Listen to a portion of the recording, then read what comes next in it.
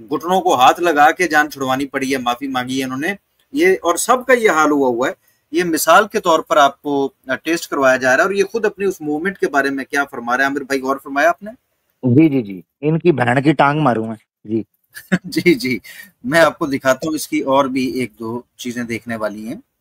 हाँ, ये देखिए, तब पिनाज मैडम आती हैं और आते ही वो पहले मुझसे मुखातिब होती हैं और बोलती हैं, सलीम जी आज जो हमारा टॉपिक है वो है लव जिहाद। और हमारे साथ आज जो मुद्दा हम डिस्कस करने जा रहे हैं बेहद अहम हो गया है। वो मुद्दा है कि क्या वाकई में इस्लाम लव जिहाद का पाठ पढ़ाता है? बोले आपने हमें कुरान से या हदीस से ऐसी कुछ आयतें या रेफरेंस देने हैं निकाल के जहाँ पे लव जिहाद का कोई जिक्र हो। मैंने कहा गुरु यार ऐसा तो कोई कुरान के अंदर ऐसा तो कोई है नहीं है लव जिहाद, तो ये तो बाहर की बातें हैं, इसका तो इस्लाम के अंदर तो कोई मायने नहीं है ही नहीं है ऐसा कोई जिक्र। तो बात तो सही है। सेम जी, कहीं उन्होंने जब आपने ये जवाब दिया कि इस्लाम के अंदर ये लव जिहाद वाली बात नहीं है और वो चाह रही थी कि इसके ऊपर रेफरेंस दे, तो उन्होंने आपसे ये नहीं कहा कि कहीं से घुमा फिरा के कर दें बात, कोई बात नहीं समझ ये हुआ था, दे दें कोई रेफरेंस लव जिहाद पे। क्या ये ऐसा ही हुआ था ये ऐसा ही हुआ था। अरे बाप रे, ये तो धोती खोल रहा है। बोले नहीं हमारा मैटर ही यही है, आज हमारा मैटर ही है। मैंने यार मेरा मूड ऑफ हो गया, लेकिन मैं जब पहुंच ही गया स्टूडियो में कैमरे के सामने, मैं कहा चलो इस टाइम को तो पूरा कर ही देते हैं। जी नाजरीन, आपने देखा, ये खुद कह रहा है कि हम वहां पर आयतें घड़ लेते हैं, फिर हमें कहते हैं घड़ के जरा इस तरह करके कर दीजिए। ये भी सुन लीजिए इसकी। जी मैम, लगभग 160 या 62 लगभग इतनी जगह पे लिखा हुआ है कि मूर्ति पूजकों को खत्म कर दो। अभी पता चलेगा। देखिए, मैं मुसलमान होने के नाते मुझे आप पे दुख था, गुस्सा था, गिला था। मैंने आपको बिठा के आपके सामने ये सारी चीजें रखी हैं और मैंने आपके सामने अपना गिला रख दिया।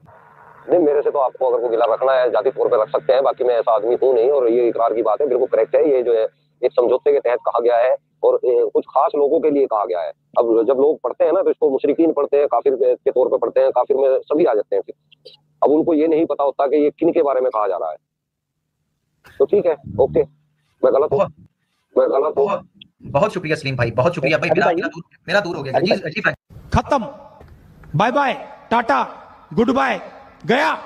जी मैम जी 160 जगह पे लिखा हुआ है। मैंने पूछा सिर्फ एक जगह पे आपने दिखाना है प्लास्टिक जी, ज्यादा नहीं, सिर्फ एक जगह पे। वो 160 जगह जो आपने बताई थी ना, वो तो बहुत ज्यादा है। तो कहता है वो तो कोई नहीं लिखा हुआ। मैं माजरत करता हूँ, मैं माफी मांगता हूँ। और इसने जितनी आयतें वहां पर दिखाई थी, हर एक आयत के ऊपर इसने माना और माफी मांगी कि मैंने झूठ बोला था, मुझे उन्होंने कहा था, उनके कहने पे मैं कुत्ता बना था, मैं हिजड़ा बना था, उनकी स्क्रिप्ट पढ़ी थी, मेरी मजबूरी थी, इस वजह से मैंने मजबूरन ये वहां पर किया। क्यों, मैं क्या करता, मुझे उन्होंने दे दिया था, मैं फिर जो करने गया हुआ था जानते बूझते हुए मैंने ये किया। इसके ये सारे क्लिप्स मौजूद हैं और ये सारी चीजें मौजूद हैं। तो इसलिए हम इंशाल्लाह आमिर भाई कोशिश करके मैं ये सारी चीजें अरेंज करता हूँ ताकि इनकी इस तरीके से भी पोल पट्टी खोली जा सके। ये कुछ नमूने आपकी खिदमत में हमने रखे हैं। आमिर भाई इसके ऊपर क्या कहना चाहेंगे? ये इनका 1000 गुना बड़ा जोता है 12 जी बिल्कुल बिल्कुल, यानी ये बहुत जबरदस्त शानदार माशाल्लाह अली भाई, आपने ये क्लिप्स बर वक्त चलाए माशाल्लाह। और ये पूरे पूरे प्रोग्राम्स जो हैं दोस्तों इस्लामिक अवेकनिंग चैनल के ऊपर पड़े हुए हैं। न्यू क्या कहता है सनातन धर्म, पिनाज त्यागी जो है उसने न्यूज नेशन पर ये गंद शुरू किया था और उस गंद को एक्सपोज करते हुए अली भाई ने बड़ी मेहनत के साथ बड़ी-बड़ी लंबी स्ट्रीम्स माशाल्लाह की थी और मुसलसल की थी, हफ्ते में 2-2 3-3 दिन माशाल्लाह। न्यूज़ नेशन जो प्रोग्राम कर रहा था उस हवाले से अली भाई की स्ट्रीम्स आज काम आ रही हैं अल्हम्दुलिल्लाह। ये दोस्तों ये वो कंटेंट है जो देखने से ताल्लुक रखता है। अली भाई ने उस वक़्त न्यूज़ नेशन के एक प्रोग्राम के ऊपर प्रोग्राम किया था। अली भाई मुझे नहीं पता अब ये वो प्रोग्राम चला रहे हैं नहीं चला रहे हैं, क्योंकि आपकी नज़र थी उसके ऊपर। क्या बना इनका? क्या कर रहे हैं ये?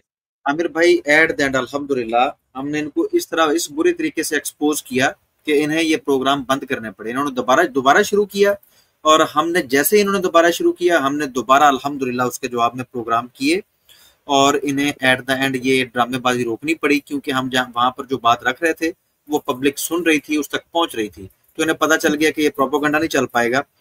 तो और फिर उसके बाद फिर जिस जो गया है ना वहां पर न्यूज नेशन पर, उसने जो एतराज किया है वो उसने झूठा एतराज रखा। आयत है ही नहीं, हदीस है ही नहीं, जुबानी घड़ी घड़ाई आयतें और हदीसें हमने एक एक चीज वाजे करके दिखाई और फिर एंकर को उसकी जिम्मेदारियां याद दिलवाई कि इस्लाम दुश्मनी में इस हद तक अंधे हो गए हो कि कम अज कम उससे ये हवाला तो मांग लेते। तुम्हारी ड्यूटी थी कि एक पॉजिटिव खबर जो है और जो सच्ची खबर है, एक मुस्तनद खबर है, उसको आपने पास करना है पब्लिक में।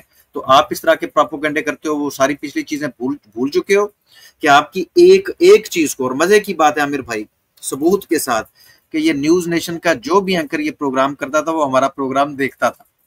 मजे की बात है। आपने तो मेरे ख्याल से भाई उनको कॉल भी मिलाने की कोशिश की थी, भाई कॉल हमारी उठाओ उसको न्यूज नेशन। बिल्कुल यहाँ तक हम इनके पीछे गए हैं कि भाई इतना ही शौक चढ़ गया है तो लाइव करवाओ ना बात। और ये जो आयतें आप लोगों ने ये झूठ बुलवाए हैं, इसके ऊपर माजरत करवाएं, लोगों को बुला के बिठाएं सामने, ये आयतें दिखाएं हमें कहाँ पर हैं ये। और फिर जब हमने इस हद तक प्रेशराइज किया और हम इनके पीछे पहुंचे, इनके पर्सनल इंस्टाग्राम फेसबुक पेज तक पहुंचे, तो फिर जो सवालात हम कर रहे थे कि ये हवाला जात नहीं देते, वो नहीं करते, तो फिर एक पुष्पा भैया ने वहां पर हवाला दिया, तो पिनाज कहती है ये हवाला दिखाओ। ये हवाला दिखाओ। अब वो हवाला हो तो दिखाए ना, वो था ही नहीं। तो ये सारी चीजें, ये सारा रिकॉर्ड का हिस्सा, अल्हम्दुलिल्लाह हिस्ट्री का एक हिस्सा है जो कि इस्लामिक अवेकनिंग चैनल पर मौजूद है। उसमें पुष्पा भैया गया हो, ये मालशिया, ये जितने भी 2 टके की नचनियां हैं, ये जो तवाइफे हैं, ये राखेले हैं जो हिंदुओं की, हिंदुत्व वालों की, हिंदुओं की, सनातनियों की क्या बेचारा, वो तो सनातनी तो साइड पे, हिंदुत्व वालों की आप इनके वो ठुमके वहां पर जाके चेक कर सकते हैं कि हमने इनको किस तरह से एक्सपोज किया। और ये ऐसे बेशर्म लोग हैं और इल्मी लिहाज से ऐसे यतीम और अनाथ लोग हैं कि अपनी गलती के ऊपर ये नहीं कहते कि हाँ वहां पर वो आयत नहीं थी। कई बार चैलेंज किए, इन तक वो वीडियोस क्लिप पहुंचाए कि भाई ये आपने झूठ बोला, इसके ऊपर जवाब दो, तो कोई जवाब नहीं, इसीलिए ये सामना नहीं करते। मैं देखें ईमान यूनियन में से मैं समझता हूँ हकीकत भी यही है कि सबसे छोटा और तालिब इल्म मैं हूँ। माशाल्लाह ईमान यूनियन में हमारे जितने भी भाई हैं वो तो मुझसे बहुत कहीं आगे मौजूद है। उनसे उन्होंने क्या बात करनी थी, मुझसे भागे हुए हैं। और इन सब के चैनल्स पर ये पुष्पा भैया कहता है जी स्लेवरी स्लेवरी, ये हर वक्त रट लगा के रखता है। 1.5 घंटा मेरी इससे बात हुई है और वहां पर ये मुसलमानों को हैरास कर रहे थे, तंग कर रहे थे, दिखाएं फिर आयते, निकालें फिर आयते। मैं चला गया, मैंने कहा पुष्पा भैया ज्यादा नहीं, सिर्फ एक आयत निकाल के दिखा दो कुरान पाक में से और मेरी स्क्रीन भी साथ में शेयर कर दो। 1.5 घंटा ये बकवास तो करता रहा, आयत होती तो निकालता ना कि लोगों के घरों में जाके आप उनकी औरतें उठा लो, ये कह रहा था और ये समझ रहा था ये झूठ चल जाएगा। तो पुष्पा भैया का जब ये झूठ पकड़ा तो आयत तो थी नहीं, निकालता कहां से। मैंने कहा चलो अब मेरी शेयर करो, मैं तुम्हें दिखाता हूं कि इस्लाम कहता है कि इनके साथ हुस्न सलूक करके इनको आजाद कर दो, ये बड़ी नेकी है, ये दिखाता हूं मैं, मेरी स्क्रीन शेयर करूं। तो इसने स्क्रीन नहीं शेयर की, मुझे कहता है अपना टेस्ट दो, फलां सूरा पढ़ के सुनाओ, मुझे फलां सूरा पढ़ के सुनाओ। मैंने कहा भाई तू कौन होता है मेरा टेस्ट लेने वाला, उल्लू का पट्टा, मुझे तेरा टेस्ट लेना चाहिए, मैं इधर टेस्ट लेने नहीं आया, मैं तेरे सामने बैठ के इधर तिलावतें करूं और वो भी तेरे कहने पे, तू कौन होता है, तेरी क्या हैसियत है। तो इसने फिर वहां पर मुझे किक करवाया, क्या के रिकॉर्ड का हिस्सा, कहता निकाल दो इसको बैक स्टेज कर दो। तो मेरे बाद ही दिखा देता आयत तो कहां थी वो आयत, ठीक नहीं। पुष्पा का उस हिजड़े का आपने नाम लिया, इस जाहिल का, तो क्यों ना इसको एक कॉल मिलाई जाए जी अली भाई। जी बिल्कुल। लो जी इनके चैंपियन को जनाब हम कॉल मिलाने लगे हैं। भगोड़े, ये इनकी हालत है, ये रोडों पे निकलेंगे हैं, मुंबई रोडों पे निकलेंगे, ये कॉल उठा कॉल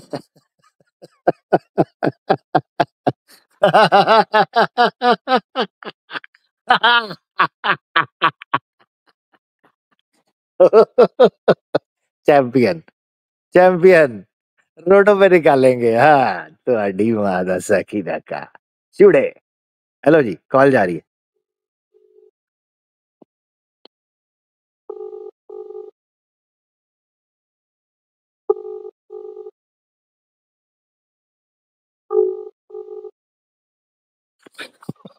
कॉल नहीं उठा रहा, फट गई।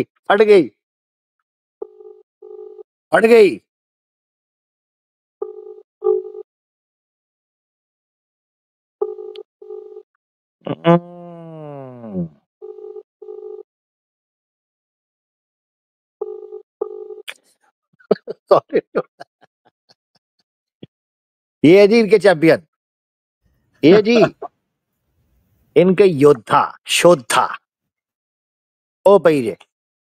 और यसु की कुथी को चैंपियन बना के पेश करते थे। उसने बेगम का नंबर, उन्होंने कहा बेगम तू भी नंबर ब्लॉक कर इसका, और अपना नंबर ही बदल दिया। मैंने उस प्रोग्राम में कहा था खचवाला तुझे कॉल करूंगा।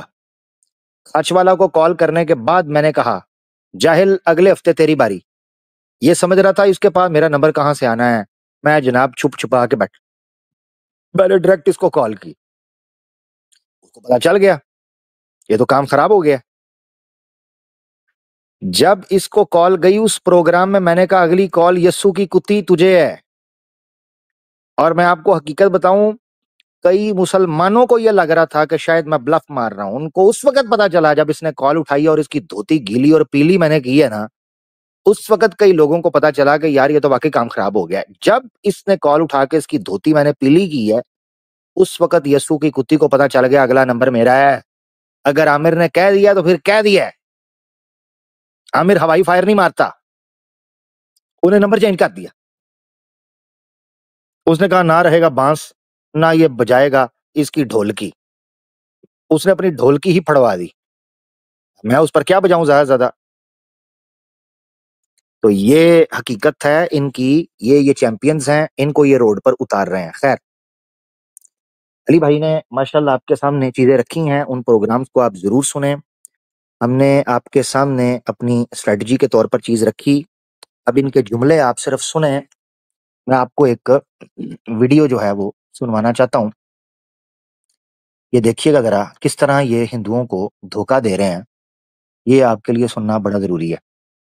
ये इनका धोखा चेक कीजिएगा। कि वक्फ बोर्ड की जमीन, जो ये कह रहे हैं ना कि वक्फ बोर्ड की जमीन है हमारी जमीन है, उन्हें अपने बाप दादों के वायदों को पढ़ना चाहिए। उनके बाप दादा अपने हिस्से की जमीन लेकर पाकिस्तान और बांग्लादेश बनवा चुके हैं। लो जी, चेक करो। और आगे पता है क्या कहेगा ये? आगे कहेगा मुसलमानों की दूसरी जमीन तो छोड़ो, अपनी जमीन भी अपनी नहीं है। ये वक्फ बिल के ऊपर बात कर रही है। भारत की 1 इंच जमीन पर भी किसी मुसलमान का कोई अधिकार नहीं है। कुब की तो छोड़ दो जरा। कहता है एक भी ईंट के ऊपर, भारत की एक भी ईंट के ऊपर मुसलमान का कोई अधिकार नहीं है। ये क्या करवाना चाह रहा है? क्या भारत का मुसलमान टैक्स नहीं देता? क्या वो जीडीपी रेवेन्यू जनरेशन में अंदर रोल नहीं प्ले करता? क्या फॉरेन रेमिटेंसेस, ओवरसीज के रेमिटेंसेस में मुस्लिम्स का रोल नहीं है? क्या एजुकेशन, लीगल, पॉलिटिक्स उसके अंदर? ये क्या उन लोगों को कहेगा जो लोकसभा और राज्यसभा के अंदर जिनको सीटें मिली हैं, जिनको वोट्स मिले हैं, जो रिप्रेजेंटेशन के तौर पर सामने आए हैं, ये उन लोगों को भी बोलेगा? ये कहता है जी उनकी जमीन ही नहीं है। चेक करो जरा, क्या हिंदू समाज इसकी बात को ऑन करता है? नहीं। यही वजह है कि ये बंदा बेसिकली हिंदुत्व का पिल्ला और कुत्ता है। सनातन धर्म के साथ इस बंदे का कोई लेना देना नहीं है। अच्छा जी, इसके अलावा मैंने आपको जो चीज सुनाई थी वो आपने सुनी, और मेरे ख्याल से और भी कई चीजें हैं जो हम आपको सुनाना चाहते थे, मगर इस वक्त 2.25 घंटे होने को हैं और मैं जो चीज जरूरी समझता था वो मैंने आपके सामने रखी। याद रखें, इस वक्त मुस्लिम्स की टॉप प्रायोरिटी जो है, जो टॉप चैलेंज है, वो इस वक्त इनके दरमियान तोड़ फोड़ की जा रही है। वक्फ के बिल के ऊपर पिटीशंस डाली गई हैं सुप्रीम कोर्ट में, बात चल रही है। याद रखना चाहिए कॉन्स्टिट्यूशनल अमेंडमेंट सुप्रीम कोर्ट के अंदर पिटीशंस के जरिए चैलेंज की जा सकती है, उस पर बात की जा सकती है अगर किसी कम्युनिटी, छोटी कम्युनिटी नहीं है। अब ये बंदा पता है क्या बात कर रहा है, ये जरा सुन ले खुद। ये अपनी जुबान से क्या बात करेगा, ये वीडियो मैं आपको सुना देता हूं। ये जरा सुनिए और इनके अंदर की नफरत चेक करें। और ये देश के शंकराचार्य हैं जिनके सामने बैठकर ये जुबान बोली जा रही है, ठीक है ना। प्राण प्रतिष्ठा के हवाले, याद रखें, राम मंदिर में प्राण प्रतिष्ठा के शुभ मुहूर्त के हवाले से जिन्होंने आपत्ति उठाई थी, शंकराचार्य जी बैठे हैं, इनके सामने ये बंदा क्या बात कर रहा है। 27 साल हो गए, पूरा जीवन भीख पे आधारित है महाराज। केवल आपके चरणों में ये प्रार्थना है, मां से कहिए महादेव से कहिए मेरी जब भी मृत्यु हो बंदा बैरागी की तरह ही हो, कोई और रास्ता मेरी मृत्यु का कभी हो ही ना, इसी तरह से मरना चाहिए मैं भी, ताकि हमारे लड़के समझ लें, हमारी आने वाली पीढ़ी समझ ले कि बिना बलिदान के धर्म नहीं बचेगा। और एक बात, इस्लाम उस समय से आज लाखों गुना अधिक ताकतवर है, तब वो मुट्ठी भर थे, आज 200 करोड़ है। लो जी मुसलमानों, तुम्हारी बात हो रही है, ठीक है? ये जरा सुन लो, सुनो जरा, हिंदू कैसे खतरे में आता है, ये जरा सुनो। मुट्ठी भर थे, आज 200 करोड़ है, तब उनके इस्लाम उस समय से आज लाखों गुना अधिक ताकतवर है, तब वो मुट्ठी भर थे, आज 200 करोड़ है, तब उनके गिने चुने कुछ देश थे, आज 57 देश हैं, आज उनकी लाखों मस्जिदें हैं, तब हिंदुस्तान छोड़िए पूरी दुनिया में गिनी चुनी मस्जिदें थी और वो लाखों में थे, आज 200 करोड़ है। भारत में ही कम से कम 40 करोड़ है। कहने वाले लो जी, भारत के अंदर मुसलमान 40 करोड़ है, 40 करोड़। तेरा बाप उनको खिला रहा है, तेरा बाप उनका परिवार चला रहा है, तेरा बाप उनके टैक्स पे कर रहा है, तेरा बाप कर रहा है। 40 करोड़ की संख्या अपने मुंह से मान रहा है।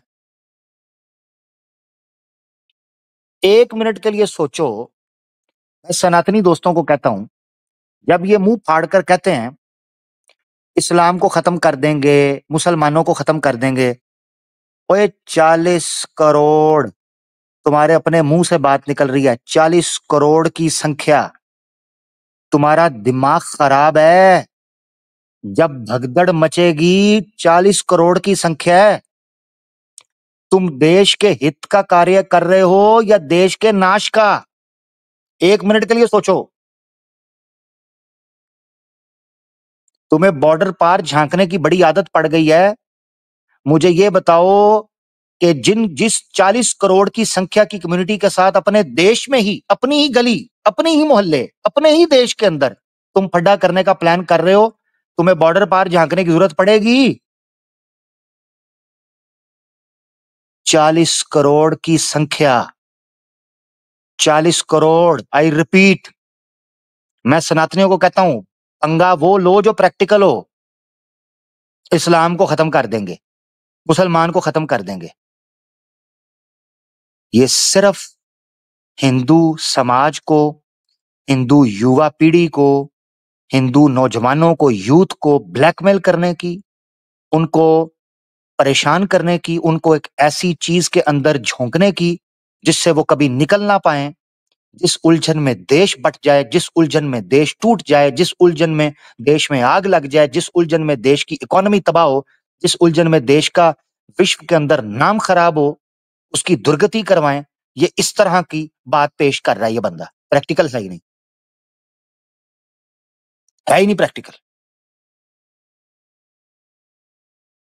यानी समझ से बाहर है कि किस प्रकार इनकी बुद्धियां चल रही हैं। नेताओं के आंकड़े कि 15 करोड़ 20 करोड़, लेकिन कम से कम 40 करोड़ है और 10 साल के अंदर उनकी जनसंख्या इतनी होने वाली है कि भारत पर उनका कब्जा होने वाला है। चलो, भारत पे कब्जा होने वाला है। ओ माशाल्लाह जी, अहलन अहलन, क्या कहने जुल्फकार भाई, दी ग्रेट। 1 मिनट जरा। अस्सलामुअलैकुम जी। वालेकुम अस्सलाम जी। आपको आवाज़े हक स्टाइल में सर हम वेलकम करते हैं जी। अहलन अहलन। क्या बात है। होन दे। मुबारक हो जी। 40 करोड़ मुबारक हो। हम 40 करोड़ हो गए हैं जी, मुबारक हो। क्या बात है, माशाल्लाह जी, जबरदस्त प्रोग्राम आमिर भाई। मैंने पूरा सुना है, थोड़ा सा बीच में अवे था जी। ये हराम सिंह जो कह रहा था, बड़ी तवज्जो दे रहा था ये इस्लाम नास्तिक की मदर पे, और दूजे एक्स मुसलमान जो उनकी के सलाम है, डूब के मर जाए फिर अपनी मदर पे, हिजड़ा पैदा किया है फिर। यही मैं कहा ना कि तेरी मां दे उत्ते फिर थुक भी नहीं सटदे असी ते तेरे वर्गा बिल्कुल हिजड़ा आपने पैदा कहा। कीता है। और कह रहा था कि हमारे ऋषि मुनि जो हैं वो भी नहीं वो काम कर सके। ओ भाई इंद्रदेव और कृष्ण उनकी पत्नियों को छोड़ता तो वो कुछ काम करते ना। ओए होए होए ओए होए होए, घोर अन्याय, घोर उनके अन्याय, घोर पाप। वो बेचारे अपने घर को बचाए कि अपने धर्म को बचाएं। वो ठोका है इंद्रदेव ने गौतम ऋषि, और वो जो ऋषि बास्ता की वो पास्ता जो है वो अपनी जो भाभी के ऊपर चढ़ गया, वो क्रीम डाल कुछ के। इस काम में लगे रहे, कुछ अपनी पत्नियों को बचाते रहे। तो ऋषि मुनियों के पास तो टाइम ही नहीं था, वो तो बेचारे अपने घर की तरफ तवज्जो नहीं दे रहे थे, उनकी तो पत्नियों को ठोका जा रहा था। कृष्णा जी ले लेके ऊपर, शिव जी ले लेके ऊपर लेके जा रहे थे। कृष्ण किसी देवता ने या किसी भगवान ने कोई ऋषि की कोई पत्नियों को छोड़ा? ना ना तो ना। इसलिए वो कुछ कर नहीं सके, धर्म की रक्षा नहीं कर सकते। और हराम सिंह तुम ठीक कह रहे हो। इंद्रदेव असल में माले मुफ्त दिले बेरहम की पॉलिसी पर चलते थे। बिल्कुल, उनकी औलादें भी देख लो। वो जयंता जो था वो कौवा बन गया। देखो उसने क्या, मैं कौवा बन के जाके सीता माता जी की जो है वो बूबो पे जाके टूंगे मारूंगा, खून निकालूंगा। इनके तो कर्तव्य जो है वो हमारे खून निकालना है। हमारे वो हाँ हमारे यहाँ इंसानों स्कूल का में खून निकालना है हाँ या लेडीज का खून, जहां से निकाले खून निकालना है इनका। हमारे खून स्कूल्स में तो मांगना। हमें कहानी पढ़ाई जाती थी ना जी, कौवा बड़े सियाने होते हैं। वो एक जगह पर उसने पानी देखा, उसने कहा पानी का लेवल बड़ा नीचे है, तो उसने चोंच से पत्थर फेंके, पानी का लेवल ऊपर आया, उसने पिया और उड़ गया। कौवा बड़ा सियाना। इनके यहाँ स्टोरी पढ़ाई जाती है, कौवा बड़ा सियाना होता है, सीधा चूचियों पे चोंच मारता है और खून निकाल के देखिए पीता है। क्या बात है, दूध या खून नहीं, दूध। दूधू दूधू प्यार क्यूट लगता है ना, दूधू दूध नहीं, दूधू। दूध पीता। या फिर जरा थोड़ा अगर आपने खुल के कहना तो दुद्धे कह लिया करें। हाँ बिल्कुल बिल्कुल। हाँ, तो ये सूरत हाल है जी। आप देख सकते हैं जुल्फकार भाई, हमने दोस्तों के सामने, अली भाई ने भी चीज रखी, हमने अपने दोस्तों के सामने ये चीज रख दी है। भाई देखो, हमें आम बिल्कुल सनातनी से कोई मसला शसला कोई भी नहीं है। सीधी बात यह है कि ये जो शख्स आप लोगों में से उठ के इस मूवमेंट को ग्राउंड पर उतारने की कोशिश कर रहा है, हमारे हक में ये चीज भी चली जानी है। ये तो क्रिस्टल क्लियर है, तारीख ने देखा है। तुमने जो कुछ किया वो कैसे हमारे हक में आया है। मकरू व मकर अल्लाहु वल्लाहु खैरुल माकिरीन। तुमने अपनी तदबीरें की, अपने प्लान किए, अल्लाह ने अपनी तदबीर की है, और बेशक वो बेहतरीन तदबीर करने वाला, बेहतरीन प्लान करने वाला, बेहतरीन सुरक्षा करने वाला है। तो वो तो तुम ग्राउंड पे देख लोगे कि जो तुमने रोना, सीता रोना यहाँ पर शुरू किया हुआ था पब्लिक के सामने कि जनाब ओए काट दिया, मार दिया, फलाना कर दिया, तुम देखोगे कि रोड के ऊपर ये घूमते फिरेंगे और इनको कुत्ता भी नहीं पूछेगा। कोई कुत्ता भी इनकी तरफ जो है ना वो जो है वो थूकेगा भी नहीं, परवाह भी नहीं करेगा। ये भिखारियों की तरह रोडों पर घूमते रहेंगे। और मुसलमान अल्हम्दुलिल्लाह अपनी प्रायोरिटीज को और अपने मिशन को याद रखेंगे, और उनको ये चीज ज़हन में रहेगी कि हमारे लिए टॉप प्रायोरिटी इस वक्त यूनिटी है। याद रखें, ये डिले टैक्टिक्स है, ये दंगे का टैक्टिक है। ये इस तरह बली का बकरा बनाकर एक्स मुस्लिम को चौक के अंदर खड़ा करके इसको खुद कुछ करवाएंगे, मुस्लिम पर डालकर मुस्लिम के खिलाफ को प्रोपेगेंडा करना चाहते हैं। लिहाजा जरूरी इस चीज है कि आप लोग फोकस करें, जो हमारे पास अभी बिगर पॉलिटिकल इश्यूज हैं, बिगर हमारे कम्युनल जो इश्यूज चल रहे हैं उसके ऊपर करें। दूसरी चीज मैंने आपको बताई थी जो स्ट्रेटजी के हवाले से नंबर टॉप पर है, अपने इलाके के लॉयर्स के साथ एक मीटिंग रखें, उनको ये वीडियोस दिखाएं और उनको बताएं कि ये किस हद तक ये चीज जा सकती है। लिहाजा वो आपको लीगल ओपिनियन दें और उस हवाले से आपको तैयार करके रखें।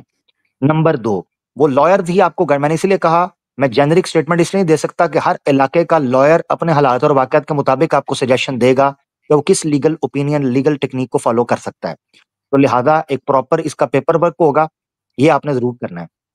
दूसरी चीज ये है, हाँ, दूसरी चीज आपने ये दिन में रखनी है कि आप लोगों ने जहां कहीं आपको ये पोस्टर वाले किराए के टट्टू नजर आए, आपने उल्टा इनको कहना है, इनकी सुरक्षा करना शुरू हो जानी है। और मीनवाइल मल्टीपल कॉल्स जानी चाहिए इलाके के थाने में, इलाके की पुलिस को लोग जाके बताएं कि देखें ये आके इस तरह की हरकतें कर रहे हैं, आप देख लो कल को दंगा हुआ, को मसला हुआ, मुस्लिम जिम्मेदार नहीं है, मुस्लिम आपको अवेयर कर रहा है कि भाई ये मसला हो सकता है, यहाँ पर ये ब्लास्फेमी कर रहे हैं, गाली गलौज कर रहे हैं।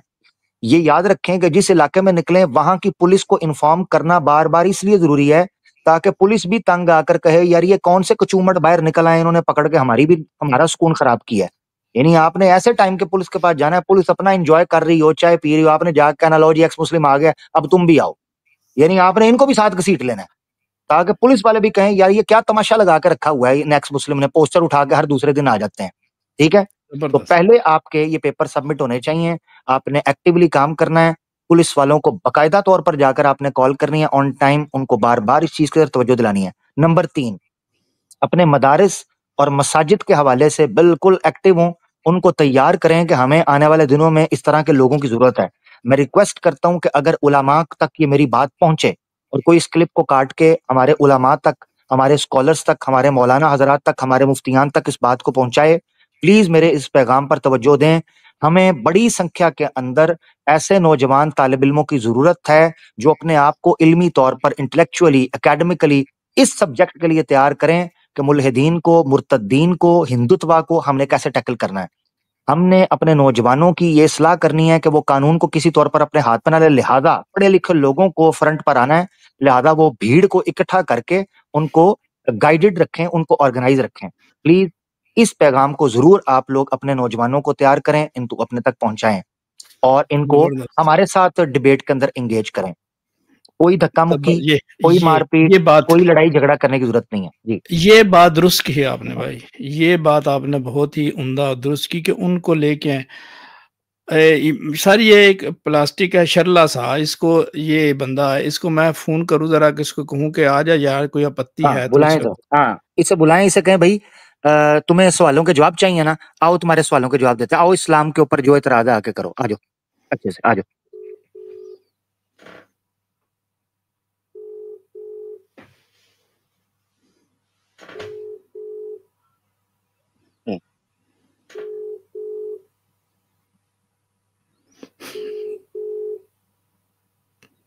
दे अल्लाह दे ना दे।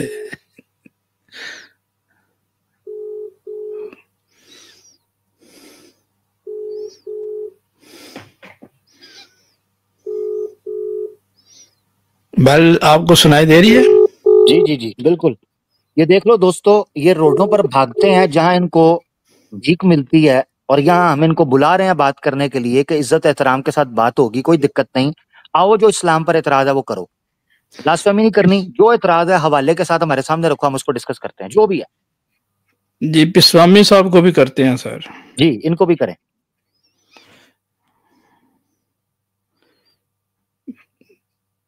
हाँ लेकिन आमिर भाई गुफ्तगू प्यार से होनी चाहिए, गाली गलौज नहीं होनी चाहिए। नहीं नहीं नहीं नहीं सर, हम आपको स्वामी साहब हमारे स्वामी साहब बहुत प्यारे हैं, मांझे हुए खिलाड़ी हैं, तो इनके साथ बहुत प्यार से, अदब से। नहीं मैं खुद मांझता हूँ जी उनको, मैं इसमें कोई दिक्कत।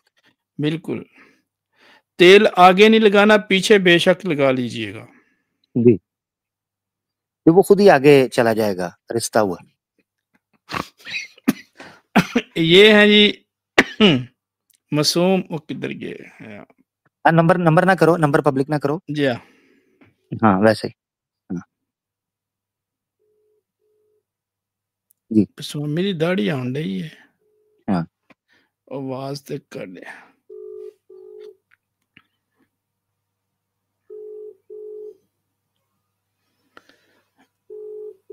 अब दाढ़ी नजर आउंडी है, बूथा नहीं पे नजर आंदा, वो वहां जो करे ही नहीं, पता नहीं किस तरह क्यों नहीं नजर पे आंदा। हाँ इस तरह के काम नहीं ना करी दे के मुंह ही छुप जावे। ओ देख लो, नहीं आ गया है, दूर दूर अखियां मारे। अब ये बात है ना, देखें जहां पहुंचने की जरूरत है, ये गली में जाते हैं, मोहल्ले में जाते हैं, आम मुसलमान को तंग करते हैं बेचारे को, जो अपना रोजी रोटी के लिए अपनी जॉब कर रहा है, अपनी स्टडी कर रहा है, अपनी मेहनत कर रहा है।